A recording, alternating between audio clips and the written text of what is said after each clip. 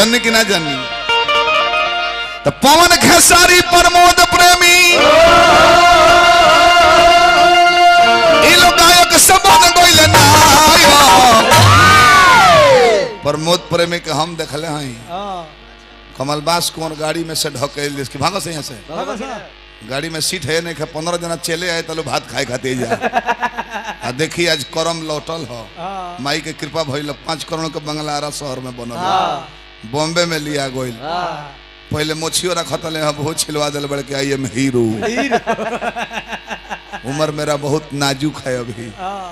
तो इस समय के दोस्त बा पहले काका लो बा ये लो शीशा के सामने जाई ना चलियो जो है तो अपन मोढ़ा देखे हैं गर्दन पर मांस कतना बा आए घरी लड़का लोग के देखो तनी चिकना चिकना बताई हुनका मुँह छिलवा ठेकता के मैं तू कौन सुंदरता उतारे के चाहता रहे मुँह छिलवे बड़ी बता हम मुँह छिलवा के शीशा के सामने ही निकल रहा कि गर्दन पर मांस कतना बा ये देखता रहे कि माय गॉड मैं लेडीज जैसा लग रही हूँ कि नहीं पहलवानी तो चल गई हटिए गई एक घड़ी जिम करता लू पहले कुश्ती लड़ा जो पहलवानी होत रहे एक घड़ी जिम करता लो तो वैज्ञानिकों बड़े सोचा लाखनू कह दा कि साइकिल से चल जा मामा की यहाँ तो जाए में लाई लगता कि मोटरसाइकिल से जाए आज जो पेट उट निकल जाता तो ऐसा साइकिल कीन के चलाओ तलो कि एक दर पर घर में खड़ा बा पौडिल मार के पसंद आई बड़ा तू पहले पैदल जाए का समाजी लोग से कहा जाए कि पैदल चल जाता ना बेजी रिक्शा के दाम लगी जब बीमारी रेलता होने से हो रही उठ के की होता इंस्पेक्टर साहब होंगे पैदल दौड़ बड़े बक्सर पुल पर उजाले पहुंच गए कहा तो हम एक्सरसाइज करता नहीं शुगर बढ़त जा रहा भी एकदम जनी कि ना जनी ये समय के मार पहले फाटल पहन के केहू हितई ना जाई गांव में निकली ना जो फाटल पहनले बड़ो ए बरा के समय के मार देखी ए बरा फाटले जींस की नाते जांग पर दू जगह फटल बा ठेहुन पर दू जगह फटल बा अब का जाने फटलका के माने का बा हमारा नहीं के बुझा हमारा बुझाता कि फटलका जींस दिखावे खातिर बाबू कि हम बानी धनिक तबे न फटल पहनले बानी पहले जींस ऊपर में है घिंचाओ काका लो धोती पहने तो ऊपर में है घिंचाओ ए बरा ऊपर में है घिंचाता ए बरा जींस के घिंचत घिंचत आता ना नीचे लेके चल जाता लोग कि जले बॉर्डर पर आरार नहीं खे लोग जस्ट उनका फैशन पूरा नहीं के होता आए करे कि हमने के मॉडर्नेशन कहता नहीं पवन खेसारी प्रमोद प्रेमी ई लोग गायक सबन गोइले ना तो मंगलदायक है गणनायक कृपा करी ये लायक हम बन जाए सुंदर गायक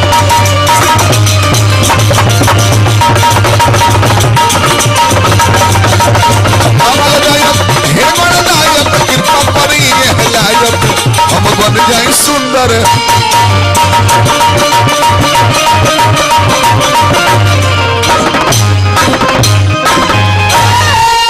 अब लास्ट वंदना हमने के फंक्शन के मुताबिक कहत चल जाओ कर बाद हेमंत बाबा रवा सुनाइब रवा बेकार में ले लेनी है बाबा के खोखी भर लो आ सिरफर हुए पी गई तबे से कष्ट में जियता रही एको ठेपी रवा ना छोड़ने है कि सिरफो हम पी ली दर्द कम हो जाओ मरुआ महाराज सोचे के चाहिए रो ब्राह्मण इहो को ब्राह्मण चलिए हमने के तने को सोहर मंगल के लय में चले कैसे बेटा बेटी केहू होके वंश अब बरखा समय पर हो जाओ तो उतना सुखी केहू ना हो शरीर भगवान निमन दिले बड़े समय से शादी ब्याह हो जाओ वंश बरखा हो जाओ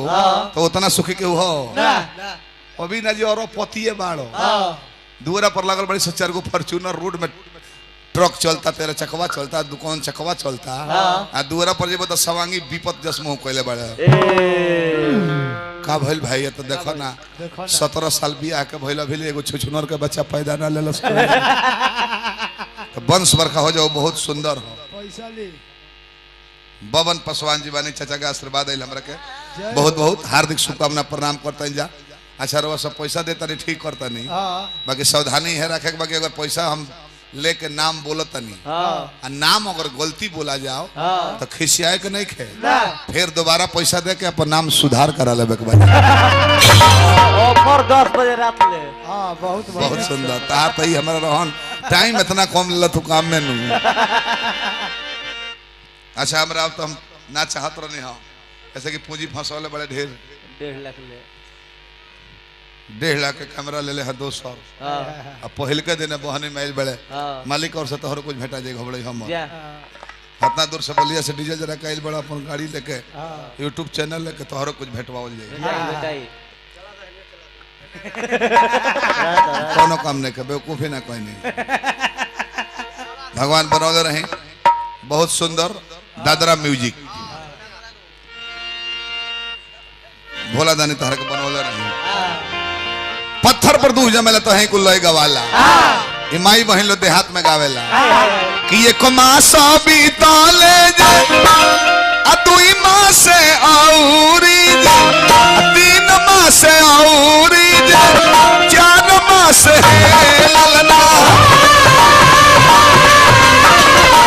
ललना पचवा के आइल जब बारी शरीरिया रे तनिका भारी भइली सोहर के लय हो बाकी यही लय में हमने कहा बहुत पुरान सुमिरन हो उहे कहत चले के बा आज जलसा जुटल में पहले तो यही लेकिन 15 ही आदमी होई हैं ऐसे कि सकरा शुरू हो गई हो बाकी धीरे धीरे अनुमानतः लोग बढ़त जा रहा बा गलती ना जवाहरलाल महात्मा गांधी सब आगा चली है ना कहो आगे बढ़ जाए जवाहरलाल जी महात्मा गांधी दोनों आदमी संग ही कैसे पीछे वालों समाचार बतिया में हालत कहता नहीं नेहरू चाचा तू हाय नहीं तो नहीं खाली रह दी सब ऐसे कि धीरे बोले ला लड़का लो नु अब जाने कि एक जना बैठल बड़े उनका चिड़ाएम ना हम सोझवे बैठल बड़े बाकी कबो लड़का अस्थिर नहीं करो ना होई 5 जना में एक जना हो में है ना खोदता कई के कर दोष हो के कर ये गांव का दोष हो ना लड़का के बाप के दोष हो लड़का के घर के लोग के दोष हो ई दोष लड़का के माई के हो माई के पेट में जब लड़का रहले सगौरव में तो मरद लो जौन मेहरारू कहले तो रसगुल्ला छेना मीट मछरी जिलार ना चुई लड़का के बाकी कहो को बनल औरत भी होला लो वो कहे कि का ए टिंकुआ के पापा दिन भरारा बाजारे पर रहता तनी केकड़ा ना ले आवे लो अब वो केकड़ा खइले बड़ी तो लड़का अस्थिर रही वो सिउठा मोलते रह जा रहे चिन्हवाए ना शिकायत हो जाए कुर्सी लगले बा खड़ा बा अब देखे ही कुर्सी लगले भाई खड़ा बा